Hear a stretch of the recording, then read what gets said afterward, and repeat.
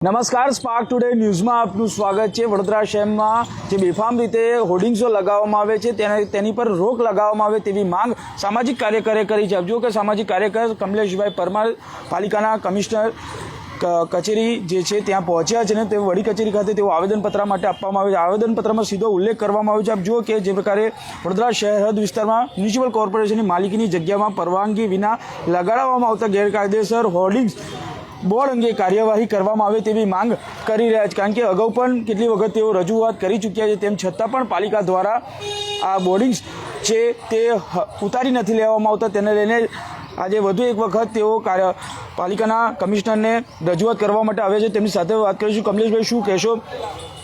આજે શેના માટે આવ્યા છો, કેમ આવેદનપત્ર આપવું પડે?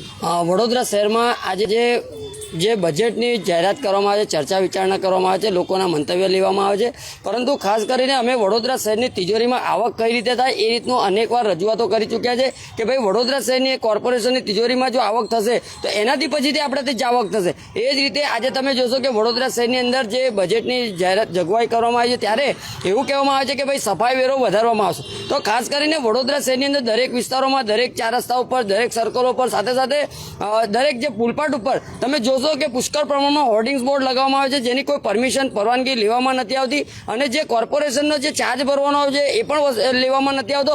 આડેધડ બોર્ડો લગાવવામાં આવે છે, જેના કારણે વડોદરા શહેર કદરૂપું વડોદરા શહેર બની રહ્યું છે।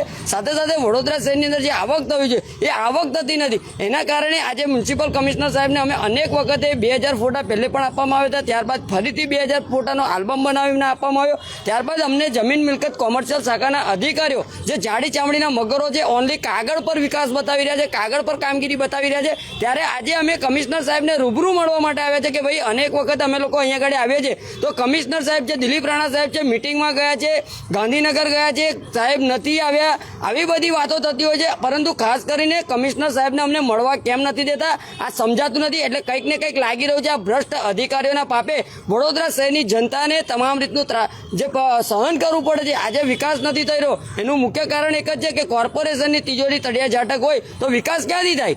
એટલે આજે જ્યારે બજેટની ચર્ચા વિચારણા કરવામાં આવતી હોય ત્યારે અમારા જેવા સામાજિક કાર્યકરો હર હંમેશા તંત્રને સાથે સાથે વડોદરા શહેરની જનતાના હિત માટે અમે લોકો અહીંયા આગળ આવ્યા છે। ત્યારે કોર્પોરેશનમાં બેઠેલા જે જમીન મિલકત કોમર્શિયલ અધિકારીઓ સાથે સાથે કર્મચારીઓ અમને કાગળ પર જ્યારે કામગીરી બતાવતા હોય ત્યારે કંઈક ને કંઈક લાગી રહ્યું છે કે આ ભ્રષ્ટ અધિકારીઓ પોતાના ગિસ્સા ભરી રહ્યા છે।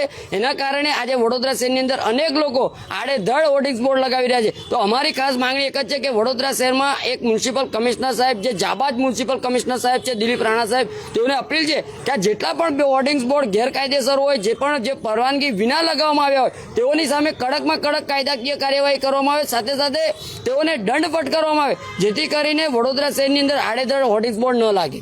કમલેશભાઈ, અનેકવાર એવું પણ બને છે કે આ હોર્ડિંગ્સો લગાવે છે તો પડી જવાથી કોકને ઈજાઓ પણ થતી હોય છે, તો પછી આમાં જવાબદાર કોણ?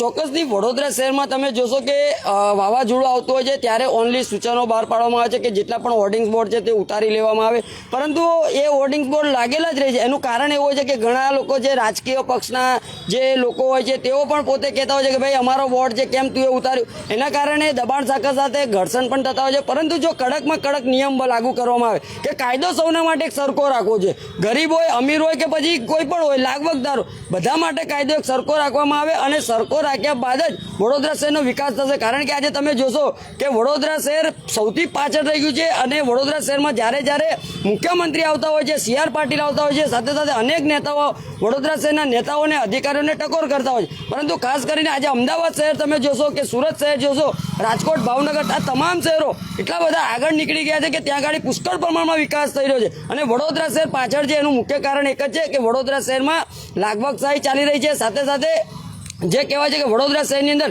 ખિસ્સા ભરી રહ્યા હોય એટલે પોતાના ખિસ્સા ભરતા હોય, એના કારણે આજે વડોદરા શહેરમાં વિકાસ થતો નથી। એટલે ખાસ કરીને આ ભ્રષ્ટ અધિકારીઓને વહેલામાં વહેલી તકે સસ્પેન્ડ કરવામાં આવે તેવી અમારી ખાસ માંગણી છે। હવે કમલેશભાઈ, જો તમે આવેદનપત્ર તો આપવા જઈ રહ્યા છો, પરંતુ જો હવે તમારી માંગ નહીં સ્વીકારે, હવે આગળ શું? હવે ચોક્કસથી આવનારા દિવસોમાં અમે આ ત્રીજી વારનું આવેદનપત્ર આપ્યું છે કે વડોદરા શહેરના વિકાસ થાય, એના વિકાસલક્ષી કાર્યો થાય, એના માટે વડોદરા શહેરના મ્યુનિસિપલ કમિશનર સાહેબને, મેયર સાહેબ, ચેરમેન સાહેબ, આ તમામનું ધ્યાન દોરવાનો અમારો એક નાનકડો પ્રયાસ છે. આ પ્રયાસ અમે વારંવાર કરી રહ્યા છીએ, પરંતુ જો પ્રયાસ પછી પણ આ જાડી ચામડીના મગરો સુધરવા નહીં માંગે તો આવનારા દિવસોમાં ઉગ્રમાં ઉગ્ર આંદોલન કરીશું અને એ રીતનું આંદોલન કરીશું કે વડોદરા શહેરને શરમથી ઝૂકવું પડશે, નેતાઓને ઝૂકવું પડશે, અધિકારીઓને ઝૂકવું પડશે. એટલે આ રીતનો અમારે કોઈ સ્ટન્ટ ન કરવો પડે, આ રીતની કોઈ આંદોલન ન કરવું પડે, એની ખાસ કરીને કાળજી રાખીને વહેલામાં વહેલી તકે આ તમામ હોર્ડિંગ બોર્ડો તાત્કાલિક ધોરણે દૂર કરવામાં આવે તેવી અમારી માંગ છે. બિલકુલ, તો આ હતા સામાજિક કાર્યકર, તેઓ સ્પષ્ટ કહી રહ્યા છે અને આજે પાલિકાની વડી કચેરી ખાતે તેઓ આવ્યા હતા અને તેઓ આવેદનપત્ર પાઠવી પાલિકાના કમિશનરને તેઓ રજૂઆત કરવાના છે કે બેફામ બનેલા આ જે હોર્ડિંગ્સો છે જે લગાવી રહ્યા છે તેની સામે કડક કાર્યવાહી કરવામાં, કારણ કે અનેક વખત એવું પણ ઘટનાઓ સામે આવતી હોય છે, આ જે હોર્ડિંગ્સો છે તે પડી જાય છે અને તે લટકી રહે છે અને કોઈના જીવનું જોખમ પણ ઊભું કરે છે. ત્યારે હવે પાલિકાના કમિશનર આ બાબતે કયા પ્રકારની કાર્યવાહી કરે છે તે જોવાનું રહ્યું. કેમેરામેન નિહાની સાથે Surat Solanki, spark today news, Vadodara.